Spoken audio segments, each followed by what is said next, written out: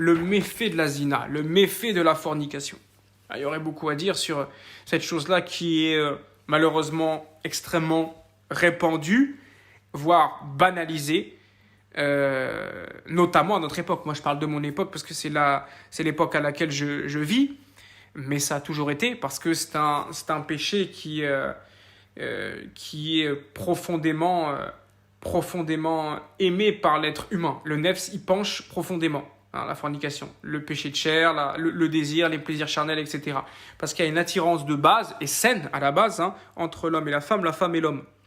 D'accord ? Et énormément donc de gens tombent dans ce péché de fornication. Sauf qu'aujourd'hui, les mœurs ont tellement été balayées, les bonnes mœurs ont tellement été balayées, remplacées par des comportements abjects, que la fornication n'est pas non seulement plus blâmée, mais elle est encouragée de diverses façons, que ce soit facilitée via divers moyens, même au sein de la communauté. Allah al-Musta'an. Shir, il dit, puisque le méfait de la fornication compte parmi les pires méfaits, et qu'elle s'oppose à l'intérêt de l'organisation du monde, dans la préservation des lignées, de la chasteté, des interdits, et la protection contre ce qu'elle entraîne comme inimité et la haine immense entre les gens par la perversion de l'épouse, de la fille, de la sœur et de la mère d'autrui, ce qui comporte la destruction du monde. Son méfait suit celui du meurtre dans l'ordre de la gravité. On l'avait dit dans les cours précédents, il y a ici le shirk, et puis le meurtre, et puis la zina. Et si vous repérez un petit peu l'ordre ici du suivi des cours, il y a quelques cours de ça, parlé du shirk. Là, maintenant, on a parlé de la gravité du meurtre, et maintenant, on embraye sur la zina. Le shirk n'a pas fait ça au hasard. Donc ça suit le degré de gravité du meurtre, et c'est la raison pour laquelle Allah Jalla wa Ala les a liés dans son livre, de même que son messager sallallahu alayhi wa sallam dans sa sunna, ainsi qu'il a précédé donc. L'imam Ahmed a dit: je ne connais rien après le meurtre de plus grave que la fornication. Dans un autre kalam du shir, c'est-à-dire l'imam Ahmed rahmallah, il dit aussi: je ne connais rien de plus destructeur pour la foi que la fornication. Et effectivement. Et ceux qui y ont goûté, surtout à l'excès, le savent. Le savent que ça brise, annule complètement la foi. Les gens qui sont dans la zina ne peuvent pas être dans la piété également. Que celui qui a commis la zina une fois par absence, ou s'y est fourvoyé et a vu sa foi baisser et s'est repenti, se trouve ici et s'estime béni et heureux d'avoir pu s'en sortir. En vérité, peu s'en sortent indemnes. Quand on a goûté à ce péché, ça devient addictif et il est très difficile de s'en sortir. Et j'ai eu des cas qui m'ont été rapportés. C'est-à-dire une personne qui m'expliquait l'avoir commise une fois, puis deux, puis trois, puis 30, puis etc. et ne plus pouvoir s'en défaire. De la même manière que quand j'explique ici des addictions au péché, des démons, charlatines, des PN, etc., de les voir baigner dans un tas de méfaits, et le mensonge, ils ne peuvent plus se défaire de leur mensonge, et l'injustice, et la jalousie, et notamment aussi la fornication, la tromperie. Ce sont des fornicateurs invétérés, des adultériens invétérés. Ils ne peuvent plus faire demi-tour de cela. Ce n'est plus eux qui forniquent, en fait, c'est la fornication qui les prend. Et ils forniquent avec n'importe qui, n'importe où, n'importe comment. Mais réellement de manière abjecte. La fornication est abjecte en soi. Mais il y a une grande différence entre avoir forniqué une fois et s'être rappelé de la ruse du diable et revenir vers Allah, pour celui qui en a encore la possibilité, que celui qui s'y fourvoie, s'y installe, s'y enlise et ne peut plus s'en sortir à un moment donné. La foi est annulée en vérité par la fornication. Et ce n'est pas pour rien que le prophète sallallahu alayhi wa sallam a bien dit, au moment où il fornique, le musulman, sa foi, elle est au-dessus de lui, en lévitation. Il n'a pas la foi au moment où il fornique. Que dire donc de celui qui fornique tout le temps ? Khalas, c'est la fin de l'argumentation. À celui qui dirait, je fornique, mais alhamdoulilah, j'ai la foi. Tu forniques, t'as pas la foi. Surtout si tu forniques tous les jours de ta vie, avec tout le monde comme cela. Ce n'est pas possible. Ta foi s'absente de ton cœur lorsque tu forniques. Tu forniques tout le temps. Donc tout le temps, la foi est absente de ta personne. Regardez, c'est clair. C'est vraiment une chose abominable. En termes de gravité et en termes de destruction pour le cœur. Allah Azza wa Jalla a insisté sur son caractère illicite lorsqu'il a dit, Surat al-Furqan, versets 68-70 dans le sens, ceux qui n'invoquent pas d'autres divinités avec Allah ne tuent pas la personne dont Allah a interdit le meurtre, sauf de plein droit, et qui ne commettent pas la fornication. Quiconque agit ainsi sera dans le péché. Le châtiment lui sera multiplié au jour de la résurrection et il y demeurera éternellement humilié, sauf celui qui se repent. Allah Azza wa Jalla a lié la fornication, le politisme et le meurtre. Il n'a pas parlé d'autre chose, il a lié ces choses-là. Le shirk, le meurtre et la zina. Et il a établi la rétribution à cela, l'éternité d'un châtiment multiplié pour ces trois choses. Tant que le serviteur ne se lève pas de ce que ses actes impliquent par le repentir, la foi et les œuvres pieuses. C'est-à-dire une personne qui reste profondément ancrée, que ce soit dans le shirk, que ce soit dans le meurtre, ou que ce soit dans la zina, sans se repentir. C'est l'éternité en enfer en vérité.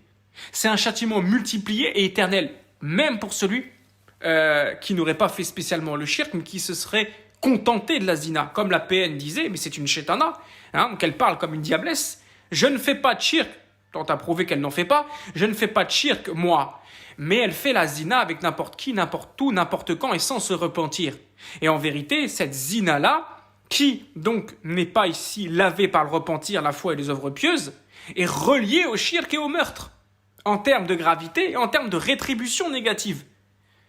Il y a des gens qui se rassurent avec ça. Ah, ça va, je suis dans la fornication, j'ai tué personne. Vous entendez ça des fois? Je fornique, c'est rien, j'ai tué personne. C'est grave, c'est grave.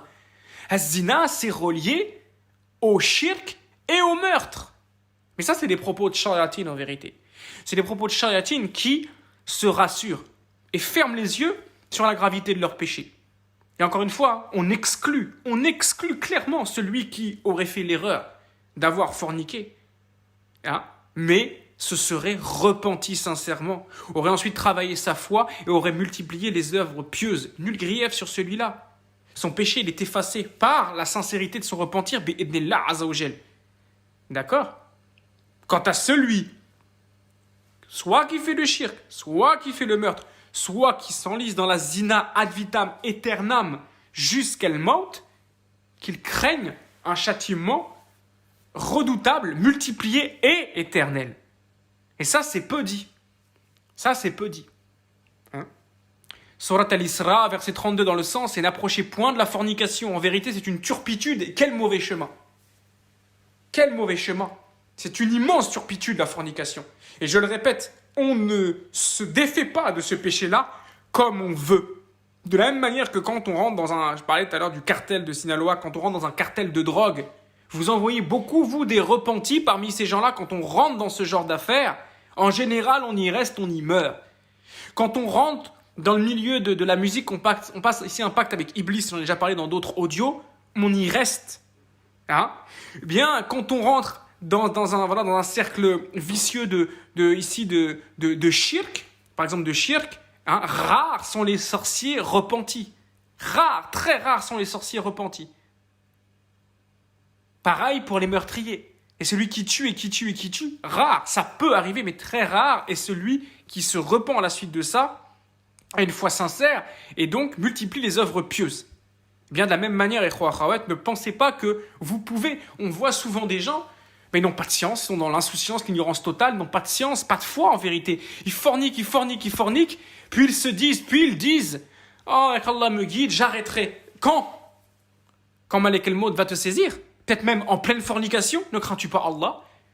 Il y a des gens, pour justement avoir eu aussi un regard sur ça par rapport à l'expérience avec la PN, et ça n'a pas été en vain, et ça m'aide même, je l'ai souvent dit, à faire les cours sur péché et guérison, de la voir, je ne l'ai pas vu de mes yeux, mais de savoir d'autres qu'elles puissent s'adonner à des choses liées à la prostitution, à l'échangisme, au fait d'aller avec chasser des proies dehors et le faire avec un tel et un tel. Vous voyez ce que je veux dire? C'est pas une fornication simple. C'est une fornication aggravée, répétée, des plus abjectes. Est-ce qu'à un moment donné, dans son cerveau ou dans son cœur, et en fait non, son cœur ne répond plus, son cœur est scellé et rouillé, elle se dit, je peux y passer, je peux mourir là, maintenant, dans cette situation-là? Est-ce qu'ils se le disent, ces gens-là? Ceux qui disent, oh, Allah me pardonnera, ou bien alors, ce n'est pas si grave, je n'ai tué personne, ou bien alors, j'arrêterai à un moment donné, qu'Allah me guide, j'arrêterai à un moment donné. Quand? Ton cœur, il est scellé, addict à cela. Quand vas-tu te repentir? On ne fait pas demi-tour dans les péchés de manière générale comme on veut. C'est seulement si Allah nous le facilite. Et sur ce péché de fornication, puisqu'on est sur ce thème-là, je peux vous dire que c'est très difficile quand on y a pris goût de s'en défaire. C'est une drogue, la zina. C'est une drogue. Rares sont ceux qui ont baigné profondément dans la zina, qui après s'en sortent. Ça peut arriver, mais ils en gardent déjà des séquelles. Ils en sont traumatisés, ils ont des séquelles à l'âme. Ça a brisé leur âme, violé leur âme. Et ils ne sont pas sereins par la suite. C'est-à-dire qu'il en faut très peu pour qu'ils repartent dans leur travers. Tant à prouver que le repentir ait été sincère. Il y en a qui prétendent s'être repentis de la zina. Oui, je me suis marié, j'ai arrêté la zina. Ils recommencent, mais de manière cachée. Et Allah sait ce que contiennent les poitrines. Et Allah sait bien ce que font les hommes, c'est-à-dire hommes comme femmes, hein, hommes avec un grand H, lorsqu'ils sont cachés du regard des gens, des autres. C'est très difficile de sortir des passions de manière générale, comme disait un salaf, ô combien est dur le sevrage de l'adulte qui a grandi dans les passions. Mais baigner dans la fornication, ce n'est pas une mince affaire. Pour se sortir de cela, c'est réellement pas une mince affaire. Et en général, les gens, ils sont drogués, hein, comme une drogue dure, et ils y restent.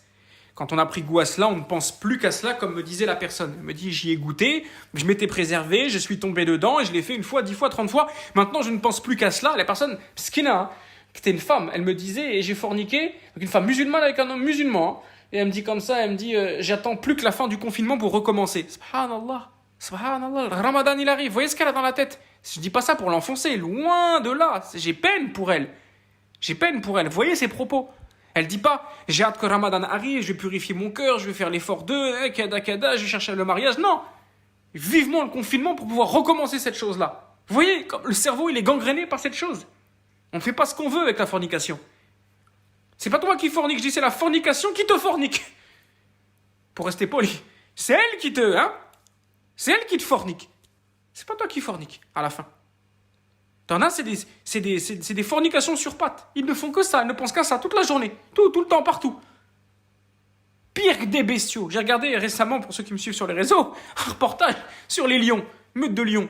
C'est un animal, on est d'accord. Il n'a pas la c'est un animal. C'est des bestiaux, d'accord. C'est un animal, ok.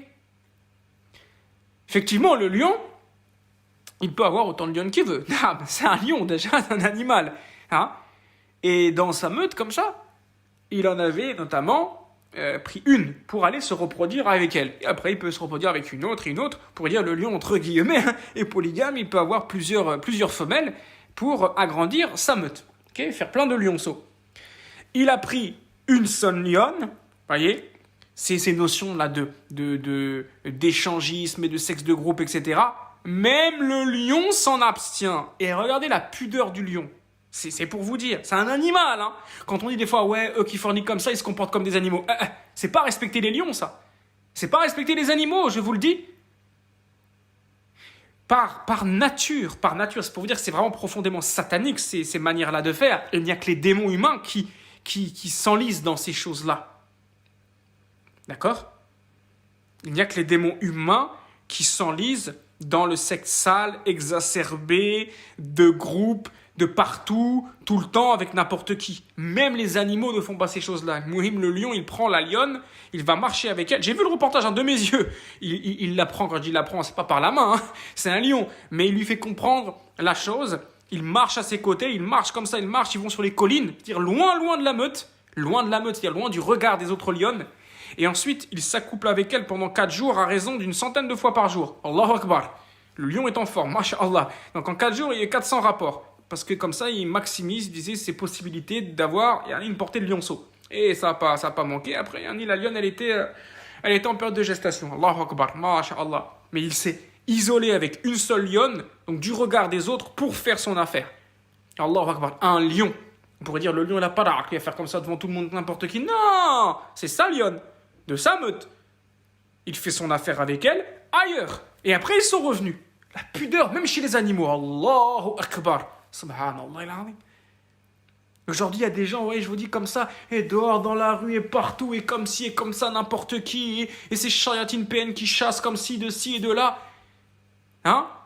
qui le font entre deux poubelles ou entre dessus, et les clubs échangistes, et les boîtes de nuit, et les toilettes de la boîte de nuit, et les cadas et la voiture. C'est quoi tout ça?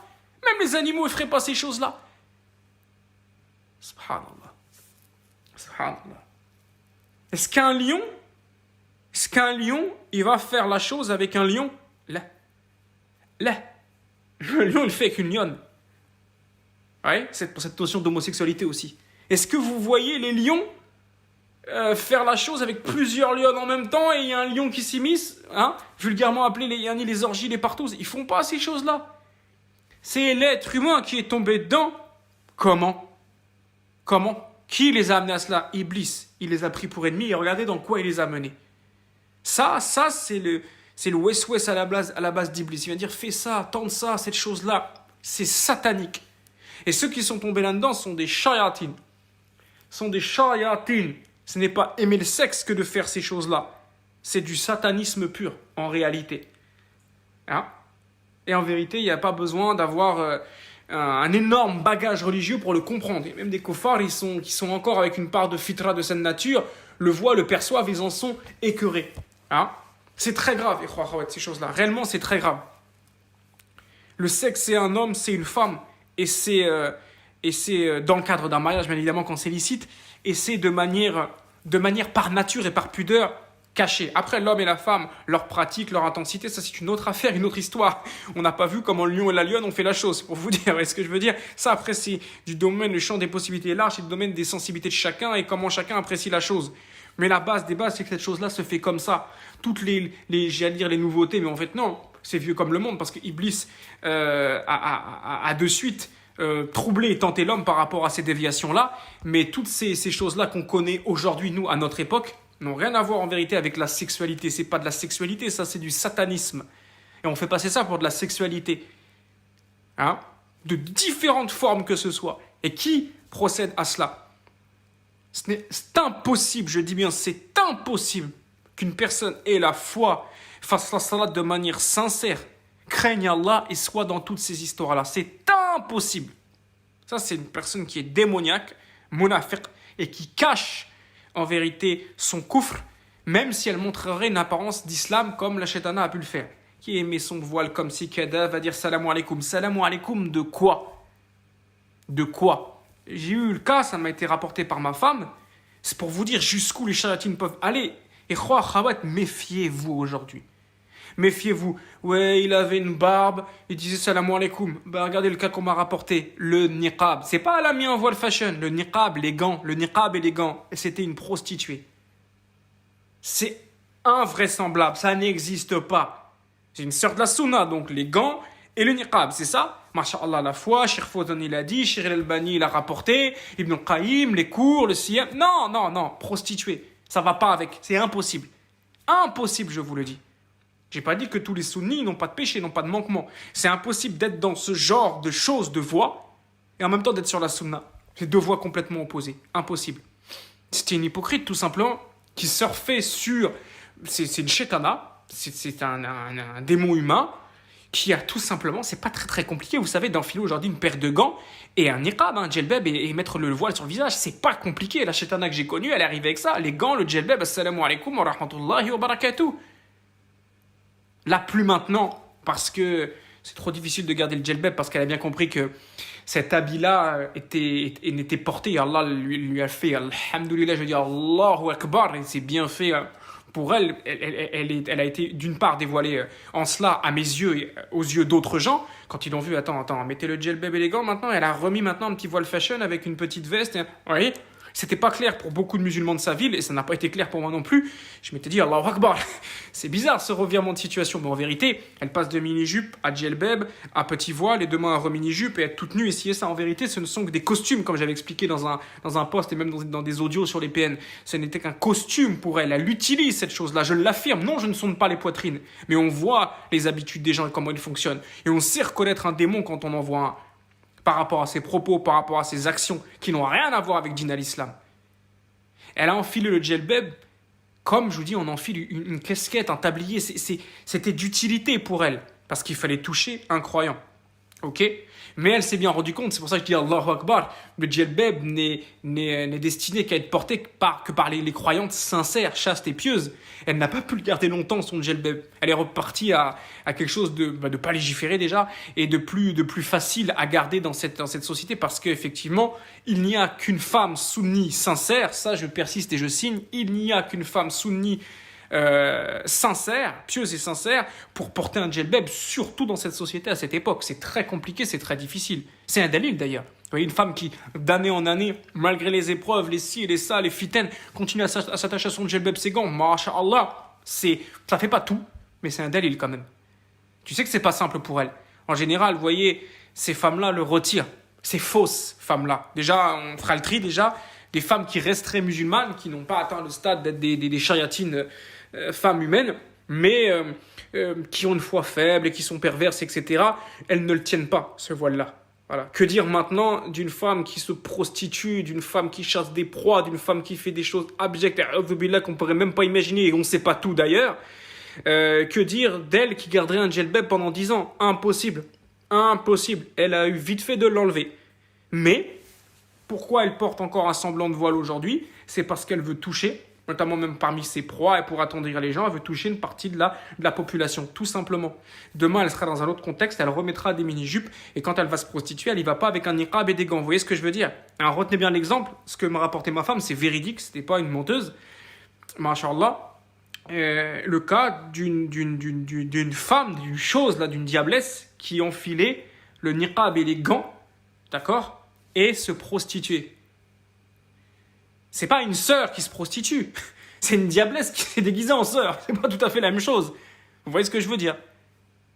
Mais ça, vous savez pourquoi ils font ça, ces gens-là, ces démons-là? Parce qu'ils savent très bien que nous, on est sensibles. On est sensible et qu'on a peur du takfir aussi. Je suis pas un takfiri, moi. Moi, je fais pas le takfir des gens comme ça, je me lève le matin. Non. C'est minutieux.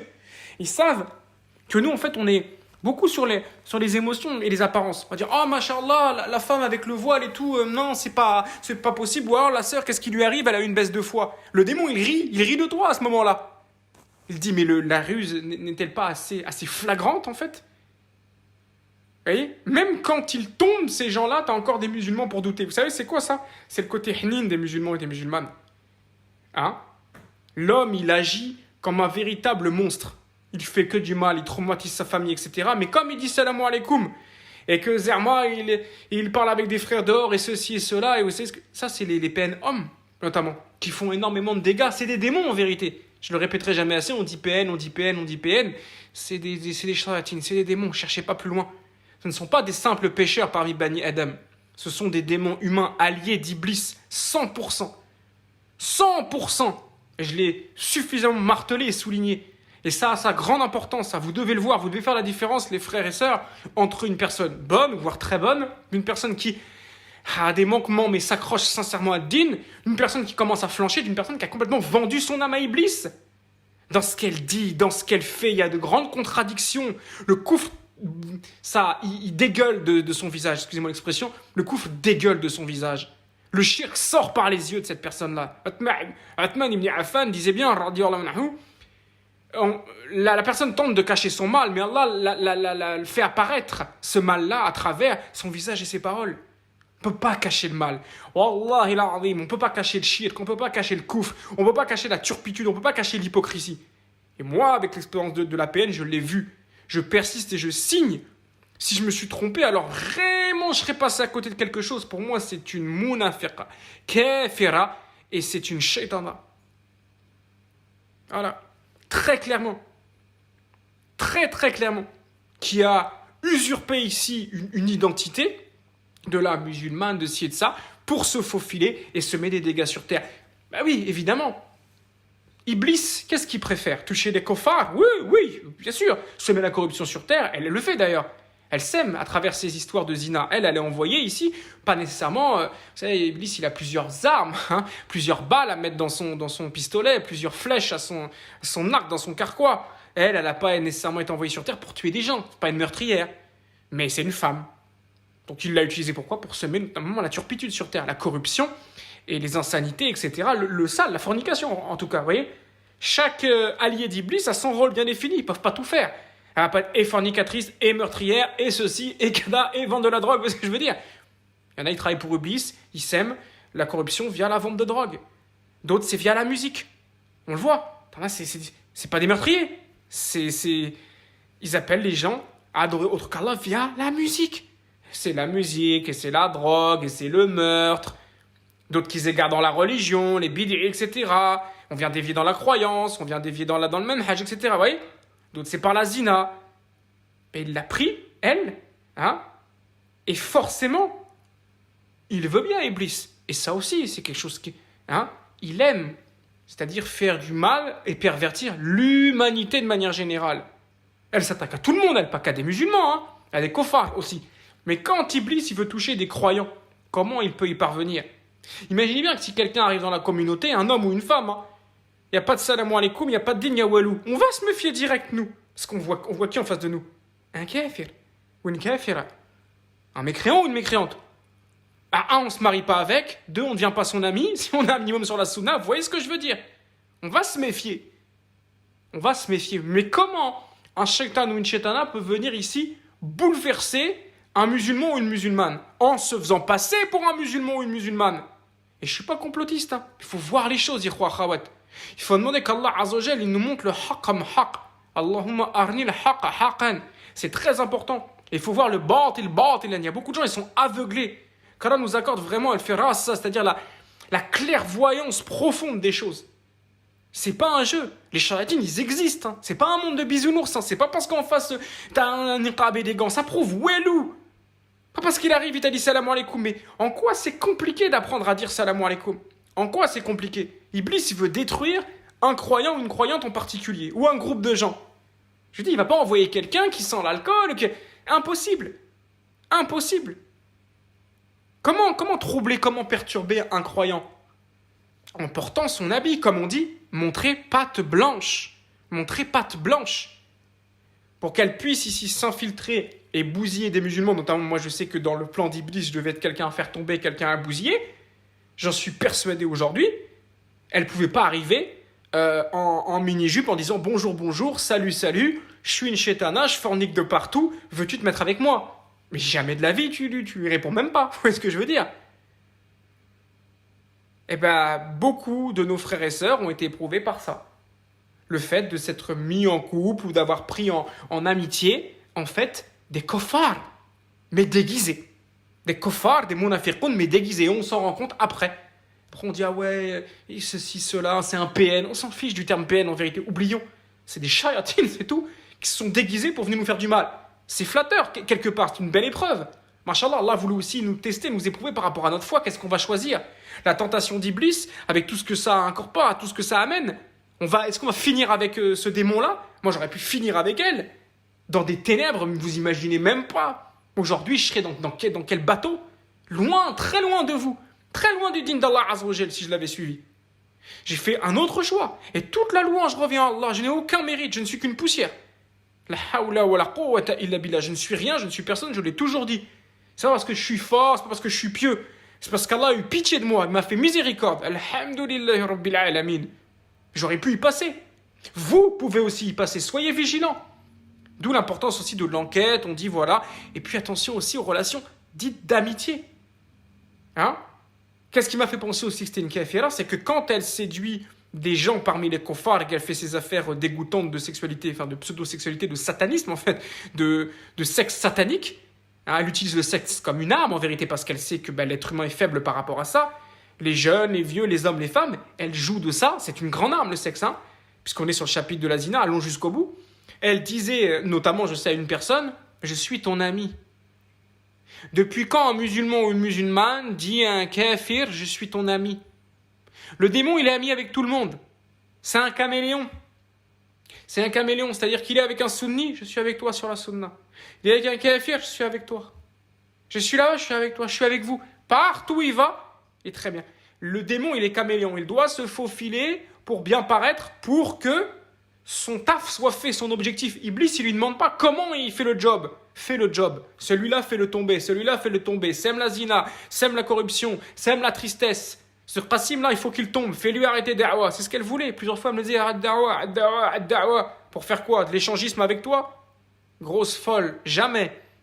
Jamais, on restera poli, mais où est-ce que je... Jamais. Toi, meurs là-dedans. Meurs. Qu'Allah la fasse mourir dans un club échangiste. Amin. Et c'est tout ce qu'elle mérite. Hein? Dans une chambre d'hôtel entourée de clients souillés de sperme. J'en ai rien à faire.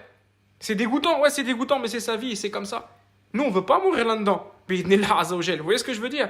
Ces démons-là, ils sont de la souillure, ils vivent dans la souillure, finiront dans la souillure. N'espérez pas une bonne fin pour ces gens-là, c'est impossible. Mais que ce soit moi, vous, lui, elle, il y a un objectif, fais-le tomber. Comme tu veux, mais fais-le tomber, fais le job. Et après, c'est au démon d'aviser. Bien sûr, il est inspiré par Shaitan, il a des consignes, etc. Voilà. Lui, il faut lui faire arrêter de da'wah, lui, il faut ou mets-le en dépression, ou brise-le, ou écarte-le de site, ça. Et c'est ça le job des 10 PN, qu'on dit les manipulateurs, pervers narcissiques. Ce sont des chariatines, ni plus ni moins. Ils ont des objectifs bien définis, et ils viennent ici pour détruire l'humanité, que ce soit des gens parmi les koffars, quand c'est parmi les croyants, il faut envoyer des gros PN, hein. Il faut envoyer des gros démons. Tu fais pas tomber un croyant comme tu fais tomber un kafir simple, c'est pas pareil. Il y a une foi à briser, il y a quelque chose, il y a des valeurs, il y a une éthique, c'est différent. Mais ils tentent, ils essayent. Et je sais que cette expérience-là m'a ouvert les yeux comme jamais j'ai eu les yeux ouverts, et m'a donné une carapace comme jamais je n'ai eu. Plus jamais je serai le même, mais en vérité, alhamdoulilah, parce que j'étais bien naïf avant cela en vérité. Très naïf, très naïf. J'avais certaines vérités, j'en propageais certaines, je me méfiais de certaines choses, mais j'étais loin d'imaginer le stratagème de Satan par rapport à cette chose-là. Et je persiste et signe. Et si j'insiste autant, c'est parce que je m'inquiète pour vous également. Si j'ai pu être touché par ça, vous pouvez être touchés. Et des cas, j'en ai tous les jours. Des frères qui sont tombés sur des shaitanas, des sœurs qui sont tombées sur des shaitans. Ça arrive. Ne croyez pas que parce qu'il y a le qamis, ou il y a la barbe, ou il y a le voile, ou il y a salam alaikum, et le ramadan, etc. Ne croyez pas un seul instant que ce soit forcément vrai. Il y a des gens vrais, des gens un peu moins vrais, un peu plus faibles, mais qui restent musulmans, mais il y a des démons munafiqoun, ça existe. Ramadan, il arrive, Inch'Allah. Probablement, ici, vendredi ou ce week-end ou samedi. Naam, Inch'Allah, qu'Allah nous facilite à l'atteindre et à jeûner de la meilleure des manières, à œuvrer en bien. Ok? Je voulais faire un audio, je vais en parler ici, dans cet audio, hein, du dit PN, du démon pendant Ramadan. Mais c'est à pouffer de rire. Non, c'est pas drôle. Mais ce sont des munafiqoun. Encore une fois, je me base sur mon expérience avec la shaitana. Ça fera mine de jeûner devant vous, mais ça arrêtera de jeûner pour diverses raisons farfelues. Ou ça bouffera, mais dans le dos des gens. Ça ira forniquer en plein Ramadan, sans pitié, sans pression. En fait, vous croyez quoi? Que le satanisme s'arrête parce que c'est Ramadan? Ils en ont rien à faire, c'est des démons. Les grands shayatines, djinns, sont enchaînés, enfermés. Effectivement. Mais les démons humains, ils sont toujours là. Hein. Les petits shayatines djinns, déjà, ils sont encore là, et les grands démons humains, ils sont toujours là. Et vous le voyez, moi, je l'avais vu. J'ai passé une petite partie, mais suffisamment, je crois que c'était 1 semaine et demie de Ramadan avec elle, pour voir certains éléments, certains détails. Et en plein mois de Ramadan, pour elle, Ramadan, et au contraire, même Ramadan, c'est un mois béni, c'est un mois où les croyants, ils se ressourcent, ils reviennent vers Allah. Et c'est un mois où les démons, ils vont faire du mal, comme d'habitude, voire même faire encore plus de mal. Parce que pour eux, le satanisme n'est jamais fini. Vous pensez quoi? Non, on prend une pause, c'est le Ramadan, machallah, on va jeûner pieusement, on va faire tarawih, bien sûr. Où est l'où de tout ça? Où est l'où? Il n'y a pas d'investissement fit-din pour un démon. Espionnez-les, observez-les, vous allez voir bien des choses. Pour jeûner, il faut de la foi, il faut être sincère. Elle ne jeûnait pas. Ou elle faisait mine. Ah, je me sens pas bien. Ou alors ça allait manger ou boire derrière le dos. Ou ça prétextait ceci ou cela. Quelle femme croyante va forniquer pendant la journée de Ramadan? Dans le dos de son hypothétique mari, parce que pour moi, c'était même pas un zawaj, cette affaire-là, c'était une épreuve, et puis rien d'autre. Qui ferait ça? Vous voyez? Donc le PN pendant Ramadan, pour parler de lui, que ce soit un PN homme ou une PN femme, bah c'est la continuité de ce qu'ils font de dégueulasse, mais tout au long de l'année, en fait. Et peut-être que ça vous ouvrira les yeux sur leur cas, en fait, en vous disant, non mais, bon déjà de manière générale, non, un musulman ne peut pas faire ça, mais là c'est Ramadan quand même. Ils n'ont rien à faire, tout ça, Ramadan. Vous croyez encore? Hein? T'en as des fois, ils sont naïfs, ils me touchent hein, presque. Ouais, qu'Allah leur facilite, qu'Allah les guide, ils sont pervers. Non, c'est plus que ça. Hein. C'est plus que ça. Ce sont des démons en fait qui t'ont pris en ennemi, qui se sont alliés à Satan, ton ennemi juré. Toi, tu es encore là, encore parfois dans un peu de compassion. Ah, miskina, c'est difficile. Non, non, non, non. C'est pas une baisse de foi, là. C'est pas une baisse de foi.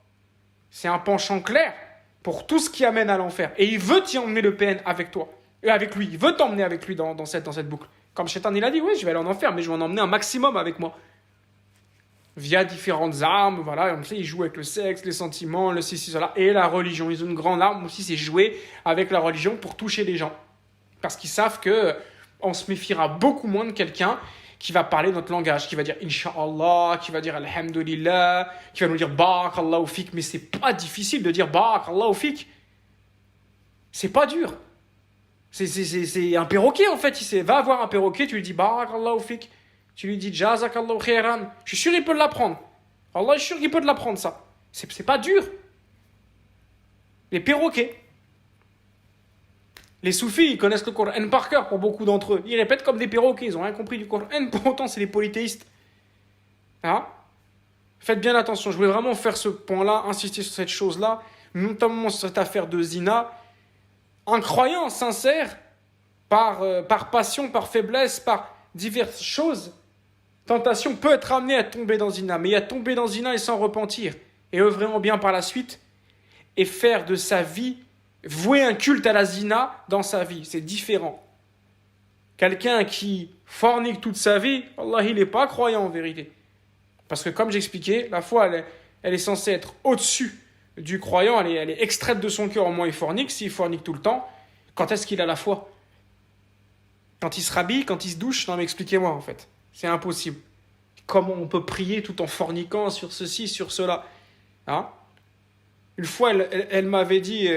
quelque chose, moi, ça avait attrait à des histoires sordides de sexe et de ceci, de cela, et d'échangisme et de prostitution et tout.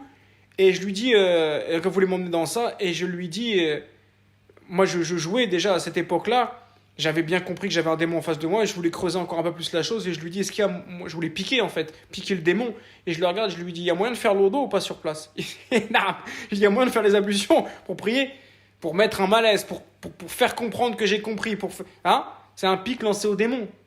Dire, écoute, tu me prends vraiment pour un imbécile en fait. Tu crois vraiment que, tu vois? Mais c'est ce qu'ils veulent. Iblis, il veut l'apostasie. Au mieux, il veut l'apostasie. S'il peut t'emmener dans le kufr ou le shirk, c'est génial. S'il voit que pour toi, c'est pas possible parce que non, c'est trop, il t'y emmènera par d'autres chemins.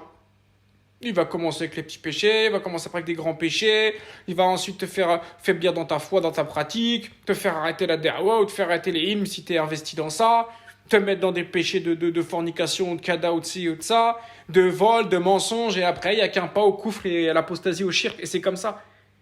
Vous devez vous mettre en tête, ikhwa akhawat, qu'il y a des gens qui respirent comme nous, qui vont aux toilettes comme nous, qui travaillent comme nous, qui ont des yeux, qui ont une bouche, qui ont des mains, qui disent soit bonjour, soit salam alaikum, avec un grand sourire, mais qui bossent pour Satan. Ça, vous devez vous le mettre en tête. Et qu'Allah Azza wa Jal, qu'Allah Jalla wa Ala m'en soit témoin, je vous aurais averti. N'en déplaise à Iblis et toute sa troupe. Si vous ne croyez pas, vous pensez que j'exagère, etc. Il y a des bosseurs, ils taffent jour et nuit, ils ne se fatiguent pas. C'est pour ça que ces gens-là, on dit ils passent de proie en proie. Bien sûr qu'ils passent de proie en proie. Leur but, c'est d'égarer, de souiller l'humanité. C'est pas juste toi, il n'y avait pas un différent avec toi. C'est toi, lui, elle, il faut du chiffre, il faut faire du chiffre, hein, du rendement.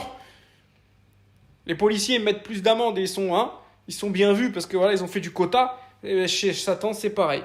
Un shaitan rajim, il a ses troupes et j'imagine qu'il récompense à sa manière. Il dit c'est bien, t'es un bon toi, celui qui aura fait beaucoup de dégâts. Même si la personne en vérité se détruit elle-même. Parce qu'Iblis va totalement l'abandonner, Yom al-Qiyamah, et elle entre en enfer, complètement se désavouer. Hein. Là, Shaitan, il est content de ces gens-là. Ouais, là, ici. C'est des jouets, en fait, c'est des pantins, ça, je l'ai déjà dit dans des cours. C'est des pantins. C'est des pantins, c'est juste des objets. Ils veulent prendre les gens pour des objets en les emmenant dans le mal, hein, pour les égarer de la joie de vivre, du dynamisme, de la foi, avant tout. Nous, en tant que musulmans, de la foi. Mais en vérité, c'est eux les premiers pantins. Elle, c'est une catin d'iblis, là, la chétana que j'ai connue. Elle est rien. Elle est rien. Hey, c'est une marionnette, chétan, il attire, va là, fais ci, fais ça à lui. Voilà. Et voilà, ils ont des objectifs de destruction. Parfois, ils tombent sur des os, alhamdoulilah. Ces os-là, ça peut être toi, ça peut être moi, des gens qui leur tiennent tête, qui leur disent non, voire même qui les réfutent. Et alhamdoulilah, je peux vous assurer que ces gens-là, ils font beaucoup de dégâts. Et ne prenez jamais ça à la légère. On m'a envoyé une photo, je ne voulais pas publier. Franchement, par respect pour l'enfant, par respect pour la mère et par respect pour vous. Une petite fille, difficile de cerner son âge, mais je dirais comme ça, Wallahu a'lam, peut-être, j'en sais rien moi. C'est difficile, j'en sais rien, peut-être elle a 6 ans, peut-être elle a 7 ans, peut-être elle a 8 ans, je sais pas, c'est difficile. Mais c'est une petite gamine quoi. La bouche en sang. Vous voyez, la lèvre, les dents, on voit la bouche en sang, ça coule, il y en a par terre, et dans la salle de bain. C'est son père PN, ce démon, et je reste poli parce que je fais un cours, mais j'ai envie de l'insulter, qui lui a cassé la bouche, qui a pris la photo, qui l'a envoyée à la mère et qui lui a dit bah vas-y, montre-le ça aussi. On va voir si ça t'iras le montrer aux gens aussi et dire que je suis si mauvais.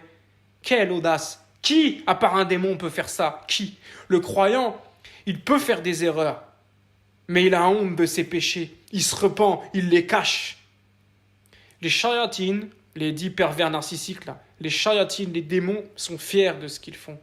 Ils afficheront leur zina, ils afficheront leur manipulation, le fait d'avoir fait pleurer quelqu'un, le fait d'avoir brisé quelqu'un, même le fait là ici d'avoir frappé, tabassé, tuméfié sa propre fille. Il y a une certaine fierté pour le démon d'avoir fait ça, une provocation derrière. Ils existent, ils sont réels. C'est vraiment pas simple. Mais ça, je peux vous garantir que ça existe. Voilà, pauvre enfant qui se fait tabasser par un démon et pour un peu derrière voilà ça va aller à la mosquée salam alaikum, la couverture, oui, une couverture, vous connaissez l'imposture, le principe même d'imposture, revenez au dictionnaire, c'est quoi une imposture?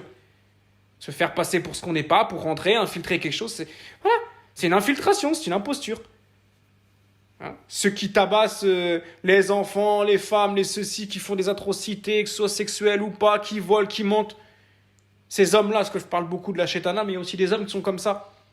Ils se montrent dans ci, dans ça, ceci, cela. Peut-être même ils ont été faire le hajj. C'est pas un délit d'avoir été 5 ou 10 fois à la Mecque. Hein. T'as des croyants pieux qui mettront jamais les pieds à la Mecque. Ils ont été empêchés, il y a eu quelque chose, mais ça n'a pas été facilité. C'est pas parce que t'as été à la Mecque qu'Allah il t'aime. T'as des cas de démons, ouais, ils ont été à la Mecque. Mais en fait, c'est Allah, il a laissé à ces gens-là faire ça pour que ce soit un argument encore plus contre eux, Yom al-Qiyamah, et qu'ils s'enlisent encore un peu plus. C'est pas parce qu'il y a des biens aussi, des bienfaits qui touchent un démon, notamment un pécheur, quelqu'un qu'Allah a complètement délaissé, qu'il est aimé d'Allah, au contraire. Allah, il se joue de lui à ce moment-là. L'autre, il croit qu'il est béni parce qu'il a du khair, soi-disant, dans sa vie, etc. Et en vérité, il va le saisir d'une manière et il n'aura pas une belle fin. Alors qu'en général, le croyant qui, effectivement, je le dis, je le citerai toujours, fait des erreurs, a péché, etc., mais a honte de ce qu'il fait, il est réprimandé immédiatement, il est éprouvé immédiatement, il est châtié immédiatement par rapport à ce qu'il a fait. Parce qu'Allah, il l'aime, il veut pour lui le bien, il veut l'expiation de ses fautes, il veut l'accueillir dans son vaste paradis. Un paradis pour chaque croyant, vaste comme les cieux et la terre, imaginez. Allah, il le veut ça pour lui, mais il est désobéissant, mais il a des manquements, mais il faiblit. Tenté par Shaitan, son œuvre, c'est difficile pour lui. Et Allah, il lui envoie des choses. Mais celui-là, comme ça, qui baigne dans le mal, Allah, il le laisse. Va, Mecca, va faire ce que tu veux. Tiens, je te donne de l'argent, tu veux, tiens, prends ci, prends ça, fais. Et il va même se faire aimer des gens.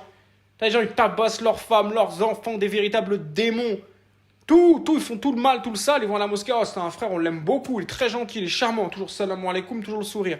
Ça existe, ça, khawat. C'est des imposteurs. Et il y a beaucoup d'imposteurs de Munafiqoun à notre époque dans cette communauté. En tout cas, moi, je les sens. Je les connais pas parce que je suis quelqu'un de très solitaire et très isolé. Je reste dans mon coin. Mais du peu que j'en rencontre, je les sens, ces gens-là. Et je sens aussi la sincérité.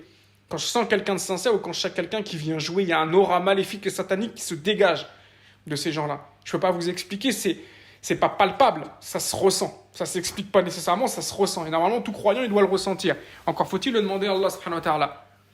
D'où le doua que je vous avais dit et enseigné. Allahumma arnil haqa haqan.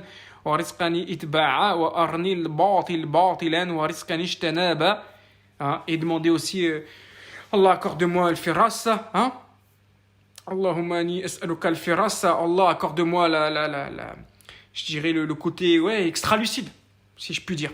Si on peut traduire le firasa comme ça, la clairvoyance, le fait d'être extra-lucide, vraiment de capter, de ressentir les choses. C'est pas tout le monde. Il y en a, tu leur envoies des panneaux, des signaux lumineux, ils comprennent rien. Ils n'ont pas vu. Hein? Parfois, c'est clair, mais il faut demander à Allah de nous montrer que ce soit encore plus clair. D'accord? Donc, je ne vous dis pas de vous méfier de toute personne qui dirait Bismillah, salam alaikum, masha'Allah. Non, je n'ai pas dit ça. Mais sachez qu'il y a des gens qui n'en pensent pas un traître mot. Hein. Ils sont pas avec vous, pas du tout avec vous. Ils sont complètement avec Iblis. Qu'est-ce qui fera qu'on va comprendre ça? Les actions. Les paroles et l'apparence, ça ne vaut plus rien. Tu parles et tu t'es paré d'eux aussi. C'est-à-dire que vestimentairement parlant, on va dire, voilà, ok, très bien. Et les paroles, les actions. C'est ce qui va confirmer ta foi ou te griller, ou dévoiler ton imposture, tes actions. Et il faut laisser aussi du temps, bi'idhnillah. Parce que parfois, ils savent aussi agir un peu. On m'a déjà dit, oui, mais pourtant, le PN ou la PN a agi un peu. Moi, je l'ai déjà vu prier, la PN, avec moi, devant moi. Elle sait effectuer une salat. Pourquoi? Parce qu'elle a vu. C'est pas non plus, sans mauvais jeu de mots, c'est pas sorcier. Vous voyez ce que je veux dire? C'est pas, vous voyez, c'est facile d'apprendre à faire la salat. Allah nous l'a facilité. C'est pas quelque chose qui est difficile en soi. Par contre, la faire sincèrement et quand on est seul et de manière assidue et les 5 et toute sa vie, ça nécessite de la foi. Mais devant quelqu'un, dire Allahu Akbar, mettre les mains comme ça, Allahu Akbar, ça c'est rien ça. D'accord? Donc observez, si vous avez des doutes sur des gens, si vous les sentez mal, etc., observez.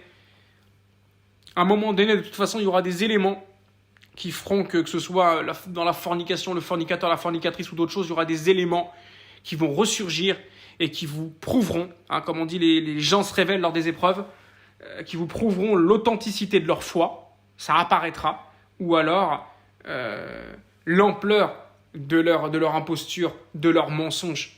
Voilà, les masques finissent toujours par tomber. Qu'Allah fasse qu'on n'ait pas de masque et qu'on soit des gens véridiques, authentiques et sincères. Et si on se trompe et si on fait des erreurs, alors on regrette vraiment, on a honte, on cache et on se repent. Voilà. Wallahu jalla wa ala a'lam wa ahkam, cependant. Je termine le chapitre sur la fornication pour ce cours. J'ai fait une longue parenthèse, mais c'était nécessaire. N'approchez donc point de la fornication. En vérité, c'est une turpitude et quel mauvais chemin. Et je vous ai, je pense, rappelé et souligné la gravité de la chose. Allah subhanahu wa ta'ala a mentionné la turpitude de l'acte en lui-même, dont l'infamie est telle que son abomination est établie dans la raison. Même pour de nombreux animaux. Je dis Allahu Akbar. J'avais même pas lu ça. Je vous parlais des lions. Je dis lion, wallah, il est plus pudique que Shaitana. Ahshab, le démon, il a pas de honte. Rien, wallahi. Elle partout, n'importe où, n'importe quand, dans un restaurant, une palissade, sous une roue de voiture. Si elle pouvait le faire dans un cimetière, elle le ferait partout, wallahi. Les démons, c'est terrible, hein. Mais l'homme, il est vraiment capable, quand il est avec Iblis, il est vraiment capable de choses complètement abjectes qu'un animal ne ferait pas, en fait. Tu sais, un animal, il fait pas d'attouchement à son petit, quoi, par exemple. Tu sais, l'homme, Iblis, il lui a enseigné ça, quoi. C'est Satan derrière tout ça. C'est pas un désordre psychique ou je ne sais quelle connerie. Comme j'ai dit dans mon audio, un désordre psychique, un trouble psychique, rien à voir. C'est un trouble d'Iblis, ouais, surtout. A'udhu billahi minash shaitanir rajim. Allah nous a prévenu, hein. Vraiment le diable, c'est un ennemi déclaré pour l'homme. Vraiment Iblis, est-ce qu'il est pervers? C'est j'allais dire le prince, non, le roi, le chef, le maître de la débauche et de l'infamie. Qu'Allah nous en éloigne. A'udhu billahi sami'un alim minash shaitanir rajim. Donc, cette infamie de la fornication, son abomination, qui est même établie dans la raison, même pour de nombreux animaux. Ainsi, Amr ibn Maymoun al-Awadi rapporte: avant l'islam, j'ai vu un singe mâle forniquer avec une femelle. Et les singes se sont alors rassemblés autour d'eux pour les lapider à mort. Allahu Akbar. C'est rapporté par Al-Bukhari, c'est authentique. Subhanallah. Même les singes, ahshab, c'est cette gêne et cette pudeur par rapport à cet acte-là.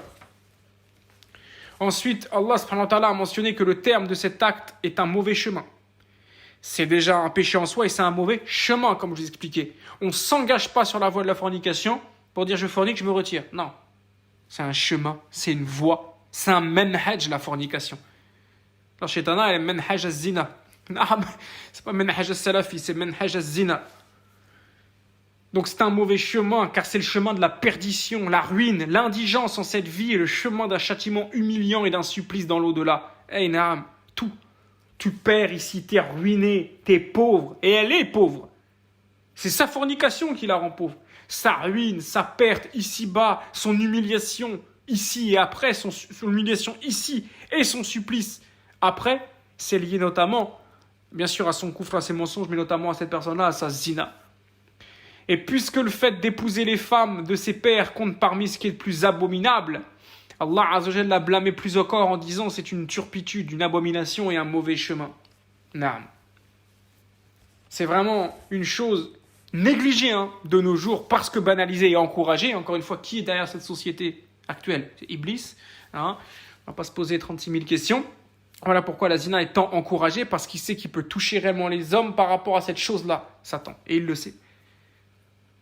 Je répète, un mauvais chemin, le chemin d'une perdition évidente, d'une ruine, d'une indigence. C'est une pauvreté, quoi. Et le chemin d'un châtiment humiliant et d'un supplice dans l'au-delà. Allah, tabaraka wa ta'ala, a lié la réussite du serviteur à la préservation de sa chasteté. Ce sont les pieux, les chastes qui sont ici ceux qui réussissent. Et il n'existe aucun chemin vers la réussite sans cela. Et il dit, Surat An-Nisa, ou plutôt Mu'minun, Surat Al-Mu'minun, versets 1 à 7, dans le sens, les croyants ont certes réussi. Ceux qui se sont concentrés dans leur prière, se détournent des futilités, s'acquittent des zakat, sont chastes, sauf avec leurs épouses et leurs esclaves, car dans ce cas, ils ne sont pas à blâmer. Quant à ceux qui cherchent au-delà de ces limites, ce sont les transgresseurs. Le verset, il est clair. Les versets, plutôt, sont clairs. Les croyants, ceux qui ont réussi, ils ont été pleins de khushu' dans la salat. Ils sont détournés du blâmable des futilités. Ils s'acquittent des zakat, ils purifient leurs biens. Ils sont chastes. Ils se préservent de la fornication. Sauf avec leurs épouses. Dans ce cas-là, ils ne sont pas à blâmer. Ceux qui cherchent à aller au-delà de ces limites, ce sont les transgresseurs. Ceci englobe 3 choses. Celui qui n'est pas chaste ne compte pas parmi ceux qui réussissent. Mais plutôt parmi ceux qui sont blâmés et qui transgressent. Ainsi, celui qui fait cela, il manque la réussite et il mérite qu'on le désigne par la transgression et tombe dans le blâme, comme je l'ai fait ici. Endurer la souffrance de la résistance aux passions, parce qu'il y a un désir, il y a une tentation. Je dirais, il n'y a peut-être pas un croyant, une croyante qui n'a pas parfois envie de forniquer, que ce soit quelqu'un qui n'est pas marié et c'est difficile, il ne peut pas assouvir ses besoins, voire même quelqu'un de marié, homme comme femme. Et ça, parfois même, on aurait honte de le dire, mais c'est réel. Il peut y avoir une tentation. Mais Shir, il dit, endurer ici la souffrance de la résistance aux passions, l'envie de faire, c'est dur déjà, c'est un djihad al-nafs. C'est moindre que la plus petite part du châtiment qu'elle entraîne. Te retenir des zina, c'est dur, mon frère, ma soeur. Oui, c'est dur. La tentation, c'est difficile, mais il y a une grande récompense déjà. On a demandé à Omar al-Khattab, radiyallahu anhu, qu'est-ce qu'il pensait de cela. Une personne qui n'est pas tentée par les désirs charnels illicites, qui Allah préfère? Une personne qui n'est pas tentée comme ça, il n'y a rien comme ça dans sa tête et donc il n'en est pas éprouvé, ou une personne qui résiste bien qu'il pense à cela de manière ardente. Omar ibn al-Khattab, radiyallahu anhu, de répondre, le deuxième est meilleur, parce qu'il procède à un djihad al-nafs. Il résiste pour la force d'Allah. Il pourrait succomber, tomber dans cette abomination, mais il résiste.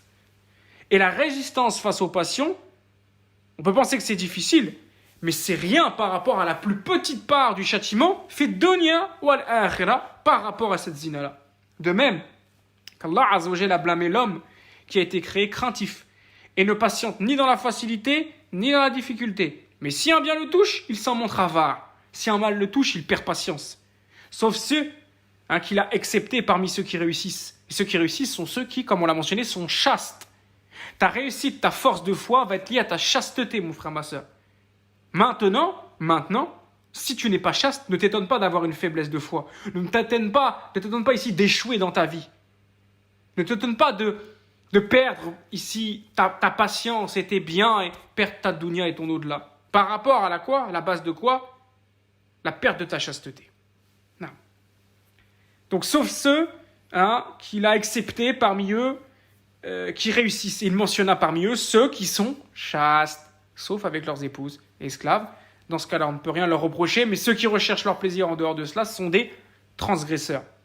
Ça, c'est effectivement ce qu'on a mentionné dans Surat al-Mu'minun, mais c'est rementionné dans Surat al-Ma'arij, versets 29 et 31, dans le sens. Allah Azza wa Jalla a ordonné à son prophète sallallahu alayhi wa sallam qu'il commande aux croyants de baisser leur regard et de rester chastes. Parce qu'on sait que c'est via aussi le regard que tout part. D'un regard naît un désir, une envie, et on se dirige, et on touche, et on fornique. Baisser le regard, c'est fermer la porte à la zina. Donc le prophète sallallahu alayhi wa sallam a commandé aux croyants de baisser le regard et de rester chastes, et de les informer qu'ils voient leurs œuvres, et en a connaissance. Il, subhanahu wa ta'ala. Allah sait ce que voient les yeux furtivement, tout comme ce que les poitrines cachent. Surat Ghafir, verset 19 dans le sens. Et puisque le point de départ de ceci, c'est le regard, il, subhanahu wa ta'ala, a mentionné le fait de baisser le regard. Il a dit aux croyants de baisser le regard, avant même la préservation de la chasteté. La chasteté, c'est préserver son sexe de tout rapport illicite, on est d'accord. Mais avant cela, il y a une cause à faire, c'est le regard. Parce que le regard illicite mène sur un mauvais chemin, qui mène vers l'absence de chasteté, donc l'accomplissement de la zina. On ne tombe pas dans zina comme ça, d'un coup d'un seul. À part quand on est dans un démon, comme le Shetana, là, des gauche-droite, n'importe qui, c'est devenu pour eux, c'est n'importe quoi. Mais ce sont des démons. Mais pour une personne qui n'est pas démoniaque, ça part par un regard, et les désirs, et les paroles, et ceci, les kada, et la tentation, et comme on dit, la drague, et le toucher, et kada, et on tombe dans zina. Mais on ne tombe pas dans zina directement d'une seconde à l'autre comme ça. Il y a le regard qui n'a pas été baissé avant cela, et c'est ça qui a amené ensuite à l'absence de chasteté. De même que la mixité. On doit non seulement baisser le regard, mais aussi ne pas se mélanger en tant qu'homme aux femmes. Et aux femmes, il est commandé de ne pas se mélanger aux hommes. En étant dans la mixité sans baisser le regard, comment voulez-vous, ikhwa akhawat, préserver votre chasteté? Ça n'a pas de sens. Le point de départ de ceci, donc, c'est le regard. Allah a mentionné le fait de baisser le regard avant la préservation de la chasteté, car les conséquences partent du regard, de la même manière que la plupart des feux naissent de petites flammes, voire même d'étincelles, je dirais. Un regard, puis une pensée, puis un pas, puis une faute. Allahu Akbar, c'est exactement ce que je vous disais. Un regard, je disais la pensée, le désir, le pas, le toucher et la faute. Non. C'est pourquoi on dit que celui qui préserve ces 4 choses protège alors sa religion. Celui qui protège son regard, celui qui protège ses pensées, celui qui protège ses paroles, celui qui protège ses pas. Celui-là, il protège son din. Il convient donc que le serviteur soit le gardien de ces 4 portes, qu'il dresse un poste de garde à ses entrées, car c'est par elles que pénètre l'ennemi, ash-shaytan, qu'il s'introduit dans les demeures et y renverse tout. Vient par un regard, shaytan, par une pensée furtive que tu te dois de rejeter. A'udhu billahi minash shaytanir rajim. Tu commences à voir les wasawi si tu fais le dhikr. Naam. Les paroles, fais attention à tes propos. Qu'est-ce que tu formules avec tes paroles, avec qui tu converses, et tes pas, où tu te diriges. MashaAllah. Wallahu akbar, wallahu a'lam, wallahu al-musta'an.